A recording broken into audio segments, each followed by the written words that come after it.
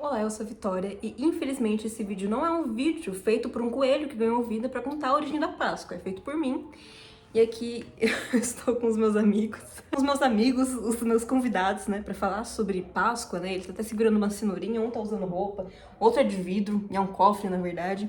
Mas essas pessoas aqui, esses objetos vão ficar aqui no fundo. Eu tô com um pouco de medo de se mexer e as pessoas falarem, nossa, esse coelho de vestido levantou o braço e eu ficar tipo, nossa, minha casa é assombrada. Eu espero que não se mexa e vamos pro vídeo.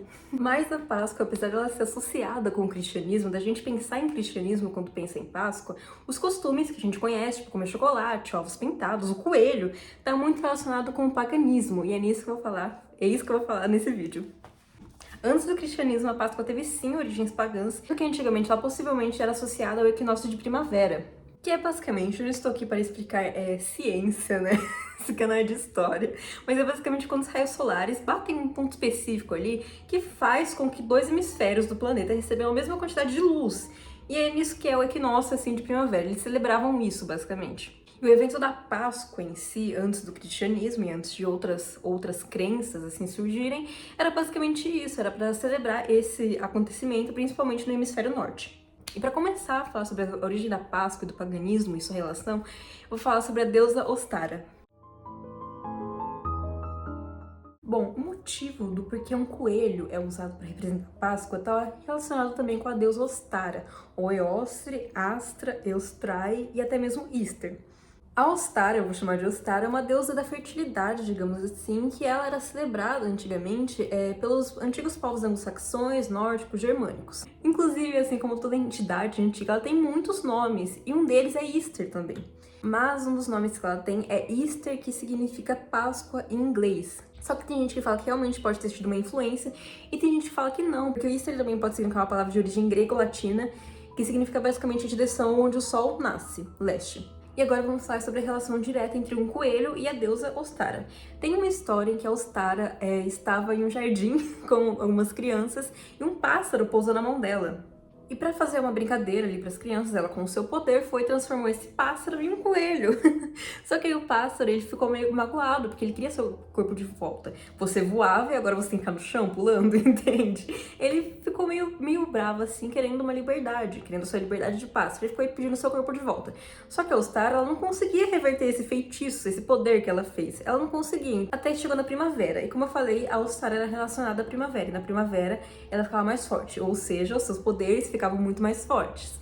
Então ela conseguiu reverter esse feitiço e transformar o pássaro de volta em um pássaro. E como agradecimento, esse pássaro botou ovos coloridos, e saiu distribuindo ali pela região. Só que essa história, ela tem uma grande chance de ser somente uma lenda, digamos assim, é uma lenda, entende? Porque ela não tem nenhuma evidência histórica exatamente. Mas a única evidência histórica que realmente tem sobre a Ostara é feita pelo venerável Beda. Mas basicamente o teólogo Beda, durante o século VIII, ele falou ali que o povo inglês tinha um costume de homenagear essa deusa, principalmente durante a primavera, onde também eles realizavam festividades. Mas essa é a única evidência histórica exatamente que tem sobre ela. Isso, a sua relação com coelhos também pode estar relacionada ao fato dela ser uma deusa com a fertilidade muito alta e os coelhos serem animais que reproduzem muito.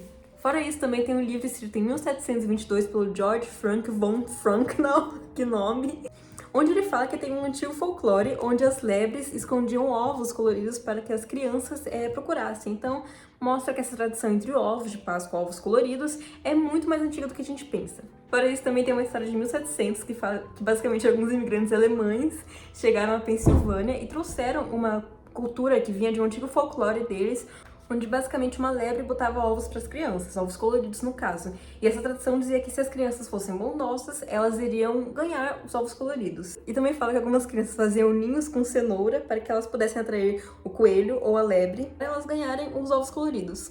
E provavelmente essa foi a origem da tradição que a gente conhece hoje, porque ela pode ter ido se espalhando e se misturando com a Páscoa antiga relacionada ao cristianismo.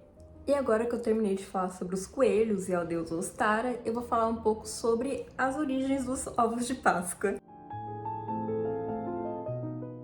Como vocês puderam ver, Esse negócio de ovos coloridos é bem antigo, mas bem antiga mesmo, porque alguns egípcios presenteavam seus entes queridos com ovos de avestruz que eram pintados de ouro. Na Terra, por exemplo, eles também pintavam ovos de dourado, os germânicos pintavam os ovos de verde e deixavam eles em árvores, e os cristãos ortodoxos também pintavam os ovos de vermelho para representar o sangue de Jesus Cristo, então também está relacionado ali com o cristianismo.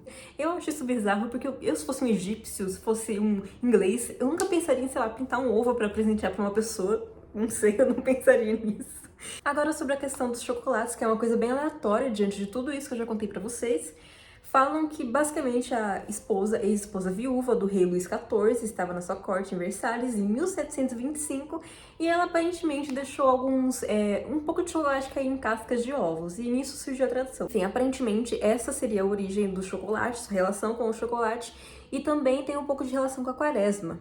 Isso é relação com a quaresma, porque a Páscoa ocorre no último dia da quaresma, e muitas pessoas na quaresma, e isso antigamente até hoje, deixam de comer algumas coisas por causa da quaresma. E muita gente deixava de comer ovos, então quando chegava do fim da quaresma, muita gente comia muitos ovos. E também tem a possibilidade de ovos de chocolate, ovos cobertos de chocolate, terem sido um substituto para aqueles que não poderiam comer doces que eram feitos somente de açúcar.